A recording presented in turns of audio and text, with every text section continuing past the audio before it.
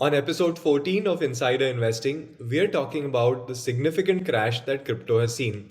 The market cap of crypto assets have been wiped off by almost $2.1 trillion. dollars. And this is real impact that we are seeing on our portfolios.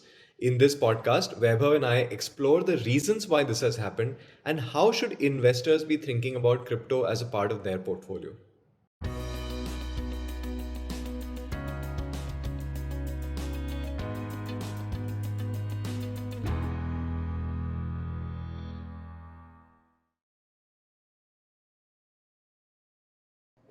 So today, after a lot of hesitation, Vaibhav and I are going to wade into a topic that we've typically steered clear of.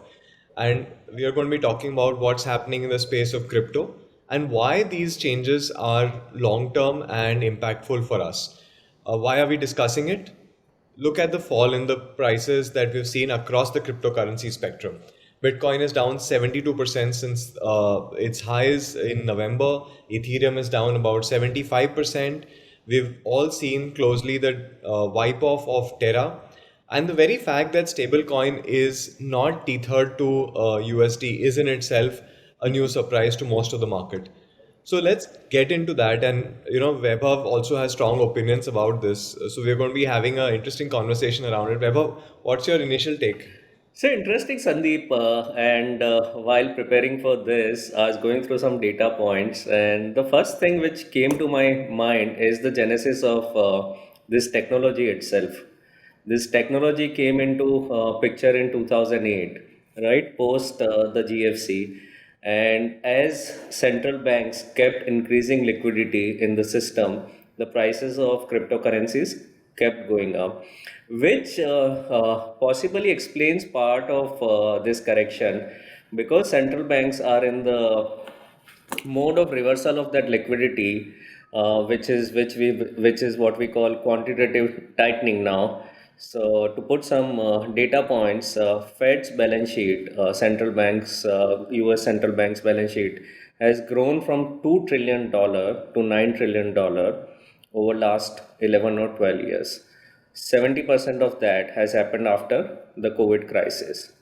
Now, two things have happened over this period. One, inflation has largely remained under control, barring last 12 to 18 months period.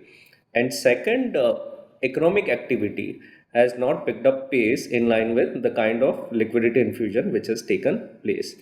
Now, both of these scenarios have changed after recovery from the COVID. Suddenly, you're seeing inflation numbers at 30 years, 40 years high, and the entire premise of Bitcoin being an inflation hedge is under threat because central banks have decided to reverse their stance and are targeting inflation.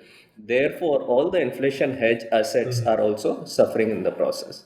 So that's my initial reaction.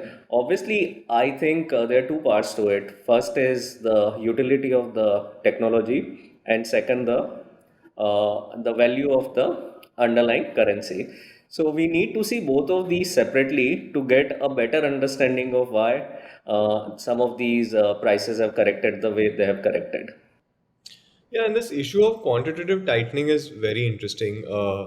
We saw this recent tweet by Kathy Mhm. Woods where she said that this is a draconian measure by the US Fed, in that US Fed has raised rates 7x, whereas even in Paul Volcker's time, the increase was only 2x. Obviously, I think that's missing the point of the base effect. But clearly, I think there is a meaningful shift from central banks across most of the world. Obviously, some like Japan have stayed out of this tightening process. Across the world, money is being sucked out of that system, and naturally, it is impacting assets which had a lot of hot money that had flown into those assets. And we feel like this story, we've seen this before, Yeah, right? yeah. This is not the first time that in our lifetimes we are seeing a tightening of that central banks are doing. Obviously, it is the largest tightening that we have ever seen, given that the easing also had been the largest we Yeah. had ever seen, right? And my concern, Vaibhav, remains the fact that a lot of us who are investors today in this cryptocurrency space have been investors only for the last 2.5, 3 years. and haven't seen a life where there is capital scarcity. We've only seen lives where there is plentiful capital and more capital is got printed. And in some sense, that is something to be cautious of, to know that history does repeat itself and it can happen again. And history is repeating itself, Sandeep. If you go back to 2006-7, and there were so many complex structures, collateralized debt obligations, subprime lending, where people created these pools on top of an underlying assets, and these pools were sold to the investors who did not actually understand the risk of underlying asset. And similar thing is being witnessed in crypto also. You have created layers on top of these currencies and these structures. Unfortunately, for example, you spoke about this Terra meltdown. It happened because there was no one-to-one pegging in reality. It was just an algo which was working at the back end, and the moment that algo failed, the prices crashed. So a lot of these complex structures which have got created, and people generally work with an assumption that underlying asset or underlying structure of most of these assets is fairly secure. But that assumption is getting challenged now because a lot of Yeah. speculative interest got built up in the process. So that's Yeah, one absolutely. I think. big shift which is happening over last 6 to 9 months.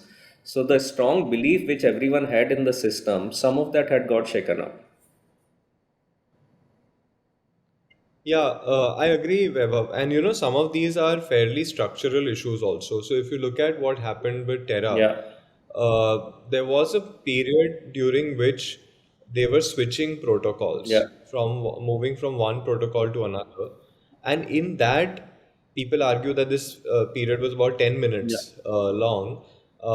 Terra was vulnerable to exploitation and it did get yeah, exploited, right? Now, obviously, there are different theories about, but the very fact that we are still discovering these things is indicative of the issue that there are structural problems when it yeah. comes to cryptocurrencies, and how we will solve for them remains to be seen. And for the first time, we are seeing significant like investor money which is at stake. Going back a few years, 2009, 10, 11, the exposure to crypto was not material for us to be worried about the structural implications or the implications on the lives of Yeah, people. If you look at, let's say, Celsius alone, okay, Celsius had 1.7 million users on its platform, 17 lakh users on its platform, 10 billion in assets was on their platform, and that got frozen when Celsius halted withdrawals, yeah, right? Now, obviously, their PR talks about the fact that this was done in the interest of the users, etc. But the very fact that today I can't access my own money yeah, is something that is, let's say, in the centralized finance world, that is something that regulators are absolutely not comfortable yeah. with, right? So I think, do you think regulatory processes now need to build up on top of this? Because and we are seeing like the US Fed talking about the risk. There's the Biden executive order. India is trying to do its own thing on that side. Uh, but I feel like there is a time now for regulators to actually step in to make this a legitimate asset. So there are two aspects to it. Yeah, to safeguard the interest of vulnerable investors, obviously the regulators need to step in and control the way communication is there around some of these cryptocurrencies and the process which is followed to get exposure to these currencies.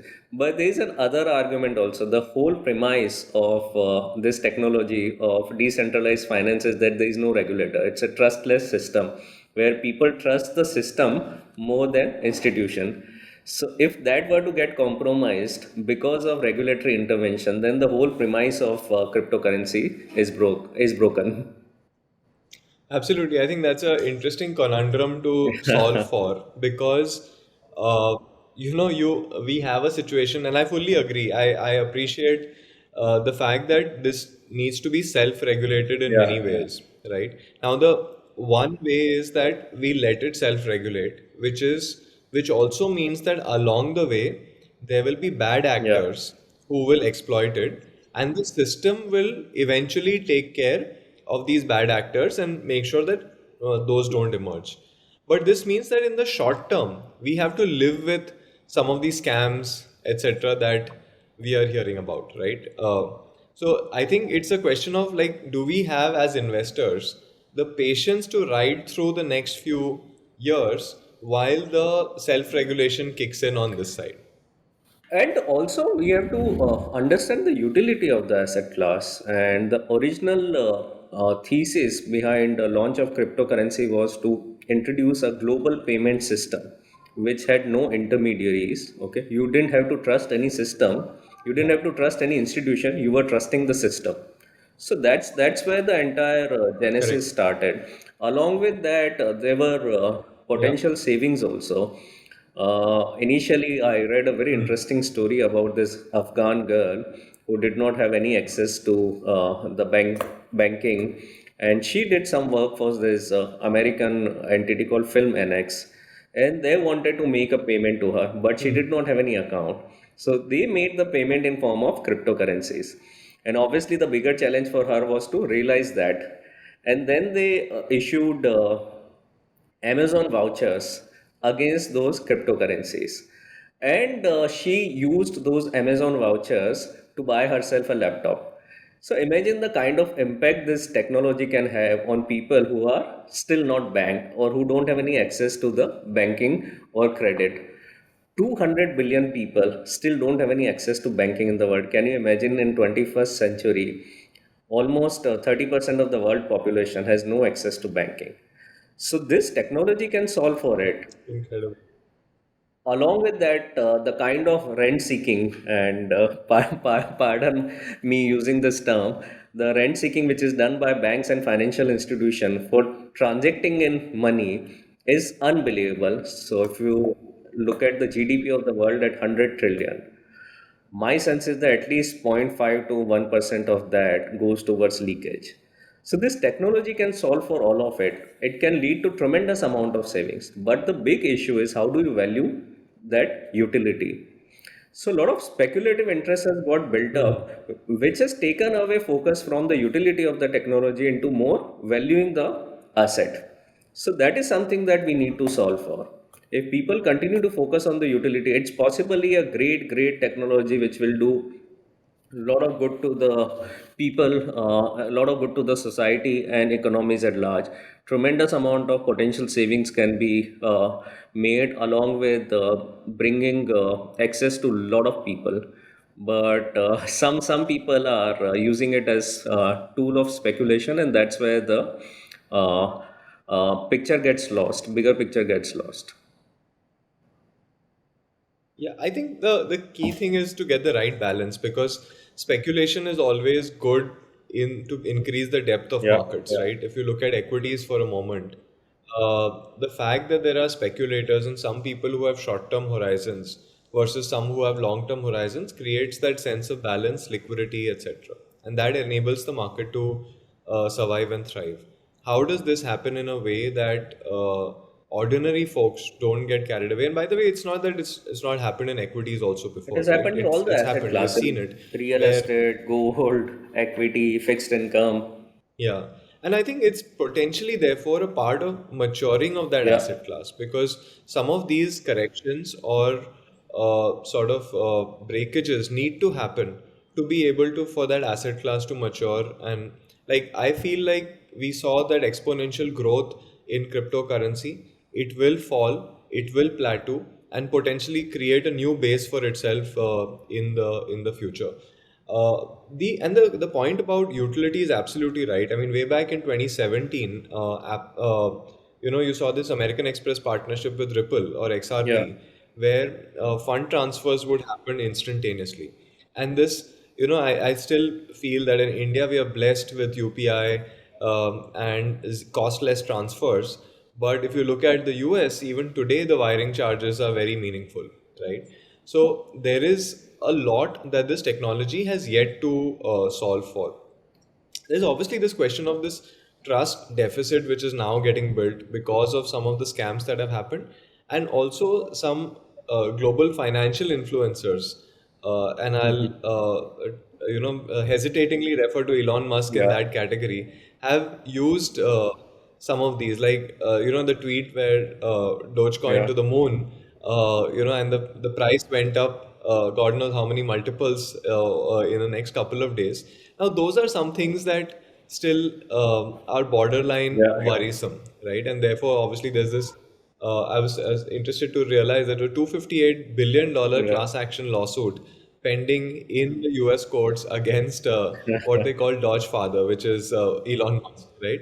So those are issues which potentially are causing people to lose faith in the currency, and maybe the genuine believers of crypto need to work towards these kind of solutions. Yeah, so I think Musk said in a jest or what, I don't know. I don't have enough context to that. But I am assuming that was a bit of a mischievous playfulness more than anything else. And that's where Yeah, investors also need to possibly make a distinction between taking expert advice versus relying on influencers. With great respect to Musk, I'll say that he may not be the expert in everything. So it's important that investors make that distinction and go to the subject expert and seek their advice instead of following influential community leader. Let's so since we use the community very frequently now, so social media has also become a community, and it's important that yeah. people realize that distinction. No, absolutely. I think this social belief aspect also has played into crypto. I mean, you see a lot of passionate believers, and there are arguments like, that this is ecologically more conscious currency as opposed to fiat. I think those are things that need to be actually looked at also, and to understand why people behave a certain way when it comes to cryptocurrencies. And obviously, like folks like you and me know that especially proof of work Yeah, currencies like Bitcoin are potentially energy yeah, consuming, right? Are significantly energy consuming. One of the interesting things that mining of Bitcoin takes as much energy as Ukraine uses in a year. It was a startling yeah, statistic, yeah. and therefore, these in a way these currencies are encouraging carbon emission, which is exactly contrarian to the thesis with which a lot of people invest in these currencies. One thing which is very interesting and linked to that is the fact that rising energy prices are potentially pushing down the profitability for miners in proof of work Yeah. currencies. And that is something that will be interesting to watch. How many miners continue to be in the mining space when it comes to crypto is will be interesting to see. Some of them potentially will go belly up, and hopefully people are saying that it will cause some shortage of crypto, which will then boost the prices. So that same demand supply equation potentially playing out there as well. So it's interesting. I think there are a lot of factors that are potentially causing this pullback. At the end of this podcast, we'll summarize some of them. Yeah. But Vaibhav, I think one question to my mind is that is this a fundamental shift that has happened? And is the heydays of crypto and NFT behind us? And that's something that is a serious debate now happening across economists also. So, Sandeep, my view is, and I go back to the point that I made, is focus on technology. Okay, if we focus on the technology and the associated savings, and to your point about energy consumption also, and it is coinciding with halving of payout of cryptos. So, incentive for the miners is also going down. So, as more and more Yeah. energy is consumed for less reward, people will be disincentivized. And effectively, it will reduce the supply of Bitcoin and may create some sort of demand momentum for existing supply of cryptocurrencies. If we look at the Yeah. technology and its utility and the associated savings, as I said, almost 100 trillion dollar worth of global GDP, 1% spending on transactions. That's a tremendous amount of saving, which is much more than what the market cap of all the cryptocurrencies is. Plus, making Correct.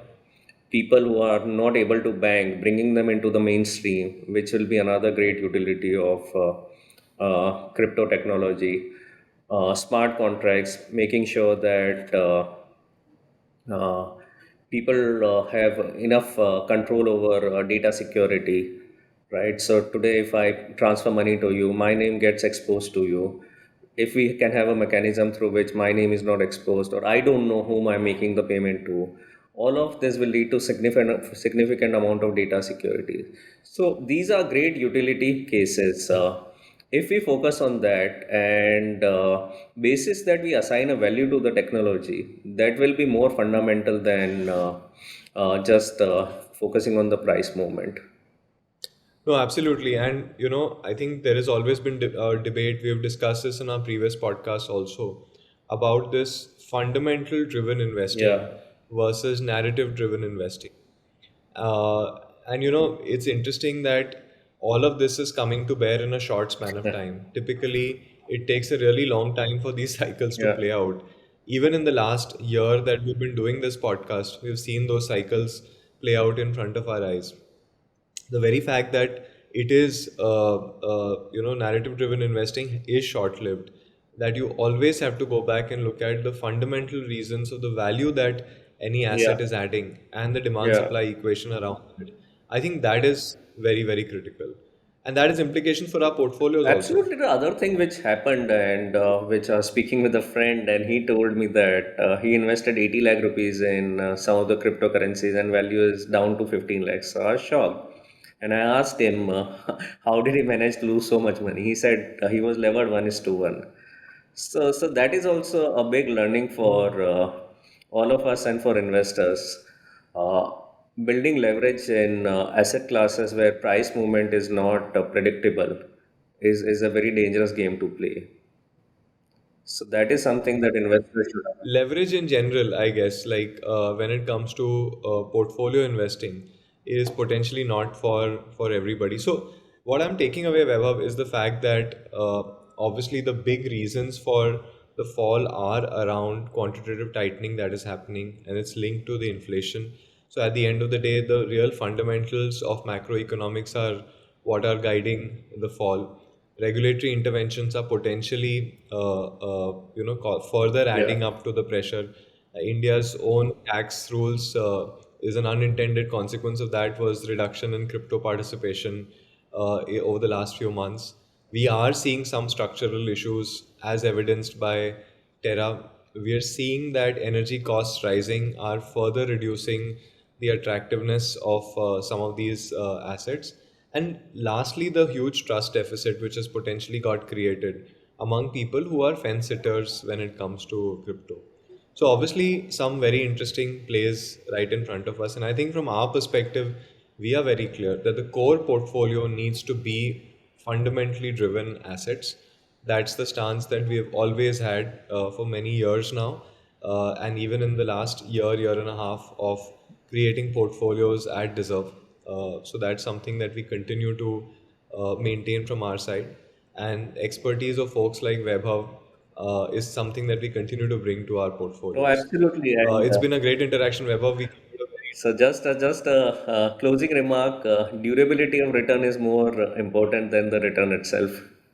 absolutely, and I think that's something that only we realize the value of that in Yeah, hindsight. yeah, absolutely.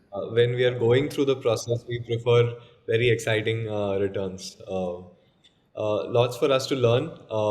I really enjoyed this conversation, Webhub. Great, Sandeep. Likewise. Thank you. We hope you found the insights from this show useful.